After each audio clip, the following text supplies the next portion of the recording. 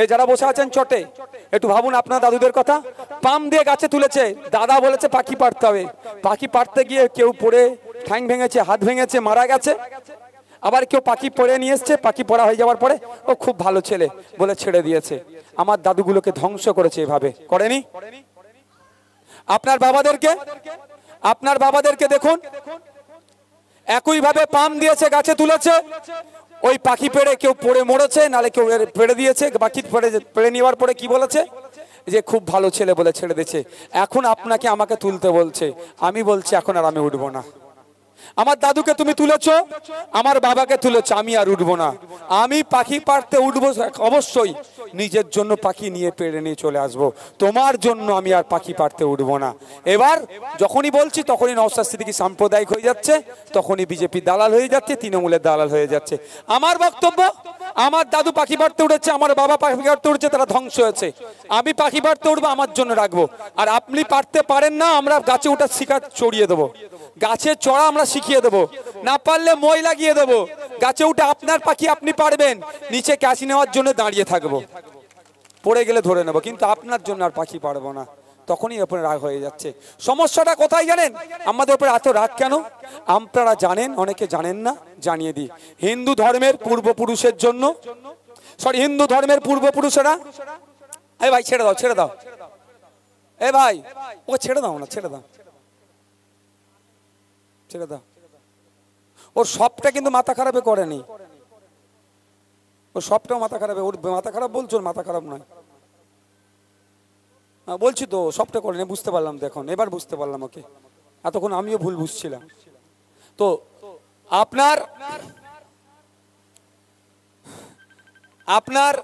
ভোটটা শুধু নিয়েছে আর আপনাকে ব্যবহার করেছে। আমাদের বক্তব্য একদম খোলা, আমাদের উপর কেন এদের রাগ? আপনারা জানেন হিন্দু ধর্মের পূর্বপুরুষেরা ধর্মের নামে, দেবদেবীর নামে কিছু সম্পত্তি উৎসর্গ করে গিয়েছে, যেটাকে আমরা দেবত্ব সম্পত্তি নামে জানি, যেটা হস্তান্তরযোগ্য নয়। মুসলিম ধর্মের পূর্বপুরুষেরা মাদ্রাসার নামে, মসজিদের নামে কিছু সম্পত্তি উৎসর্গ করে গিয়েছে, যেটাকে আমরা ওয়াকাফ সম্পত্তি নামে জানি, যেটা হস্তান্তরযোগ্য নয়।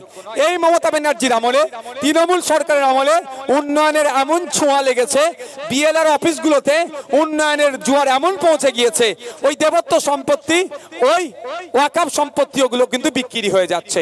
তাই আমাদের দাবি, সমস্ত দেবত্ব সম্পত্তি উদ্ধার করতে হবে।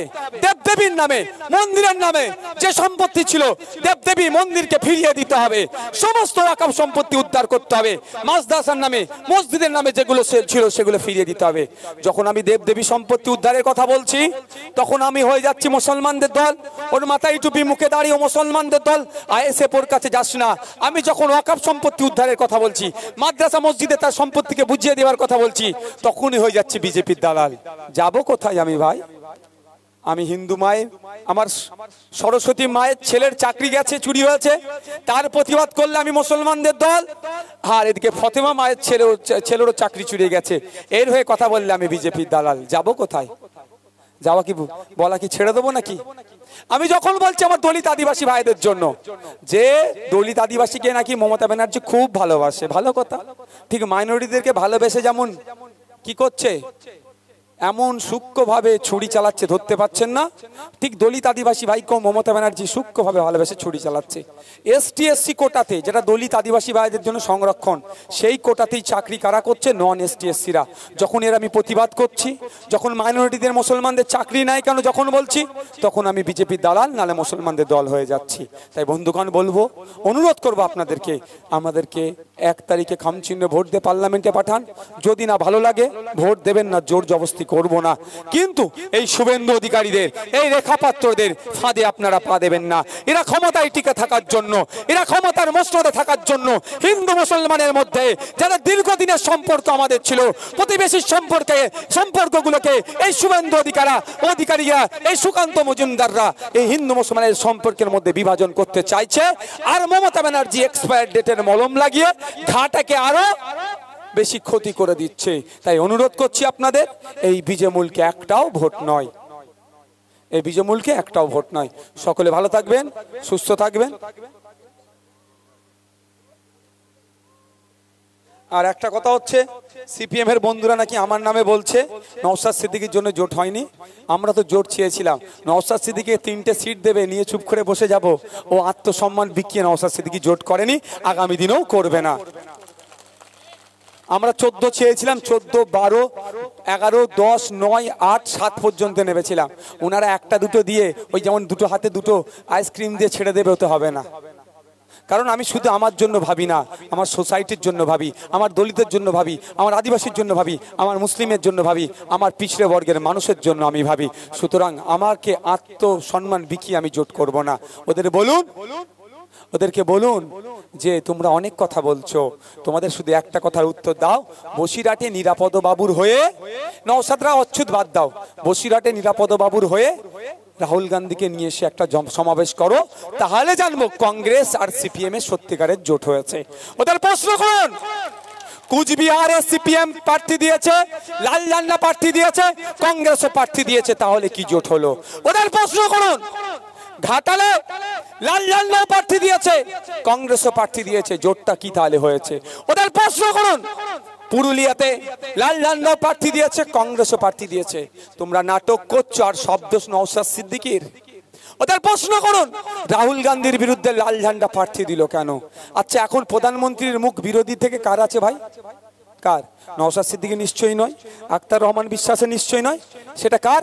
কেউ অস্বীকার করবে না, রাহুল গান্ধীর। তা রাহুল গান্ধীকে পার্লামেন্টে যেতে দেবে না বলে এই নিরাপদ বাবুরা আপনার কি বলে কেরলে ওয়াইনাডে এই রাহুল গান্ধীর বিরুদ্ধে প্রার্থী দিয়েছে, আর এখানে বড় বড় কথা বলছে। এই নিরাপদ বাবুদেরকে বলবেন, সত্যিকারের যদি তোমরা জোট করে থাকো, সত্যিকারের কংগ্রেসের সাথে যদি তোমরা কাঁধে কাঁধ মিলিয়ে লড়াই করো, তাহলে আমাদের এই বসিরহাটে গান্ধী পরিবারের কাউকে নিয়ে এসে একটা জোটের মিটিং করে দেখাও, তাহলে জানবো তোমরা সত্যিকারের প্রোগ্রাম করছো। আমি চ্যালেঞ্জ করে যাচ্ছি, যদি এখানে রাহুল গান্ধী এসে একটা প্রোগ্রাম করে, তারপরে এসে আমাদের দরকার লাগলে আখতারের নামের হয়ে বলবো আখতারকে ভোট দিতে হবে না, আমি রাহুল গান্ধীকে ভোট দিতে বলবো। এত বড় চ্যালেঞ্জ করে গেলাম, এত বড় চ্যালেঞ্জ করে গেলাম। সিপিএম এর নেতারা যারা আছেন, বামপন্থীরা যারা আছেন, ওপেন চ্যালেঞ্জ দিচ্ছি, আসুন আপনারা কি জোট করেছেন? জোটের নামে বিজেপিকে সুবিধা করে দিচ্ছেন না তৃণমূলকে সুবিধা করে দিচ্ছেন, তার প্রমাণটা বাংলার মানুষ দিয়ে দেবে 1 তারিখে, আর 4 তারিখে হাতে নাতে বাংলার মানুষ এই জয় কংগ্রেস সিপিএম কে বুঝিয়ে দেবে। বলছি তো, বলছে জোট হয়েছে। আরে কেন্দ্রের নেতৃত্ব রাহুল গান্ধী, সোনিয়া গান্ধী, প্রিয়াঙ্কা গান্ধীকে একটাও দেখেছেন বাংলাতে? উল্টে অধীর রঞ্জন চৌধুরীকে চমকাচ্ছে যে মমতার বিরুদ্ধে কথা বললে দল থেকে বার করে দেবো। অধীর রঞ্জন চৌধুরীকে আমি ছোট মোদি বলি, আমি ছোট মোদি বলি। আগামী দিনে মোদির কলেজেই দুলবে, দেখে নেবেন, এই ক্যামেরায় রেকর্ড হচ্ছে, ছোট মোদি। কিন্তু অধীর রঞ্জন চৌধুরী এই তৃণমূলের সরকারকে, এই মমতা ব্যানার্জির সরকারকে যেভাবে সমালোচনা করে, সেটাকে কিন্তু আমি সমর্থন করি, সেটাকে সমর্থন করি। তো একটা ভোট, একটা প্রোগ্রাম কলকাতাতে সাইরা শাহ হালিমের হয়ে রাহুল গান্ধী, প্রিয়াঙ্কা গান্ধী আর কি আছে সোনিয়া গান্ধীর কাউকে একটা করে দেখাতে বলুন তো, তাহলে জানবো সত্যিকারের জোট করছে। এটা জোট হয়নি, এটা ঘোট হয়েছে। এই ঘোটে হাত দিয়ে আপনার হাতকে নষ্ট করবেন না।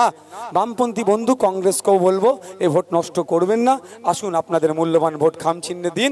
বসিরহাট থেকে সমস্ত দুর্নীতি বন্ধ করে, অপশাসনকে দূর করে সুষ্ঠু সমাজ ব্যবস্থা গড়ে তোলার জন্য প্রথম পদক্ষেপকে এগিয়ে নিয়ে যান। ধন্যবাদ, ভালো থাকবেন, সুস্থ থাকবেন।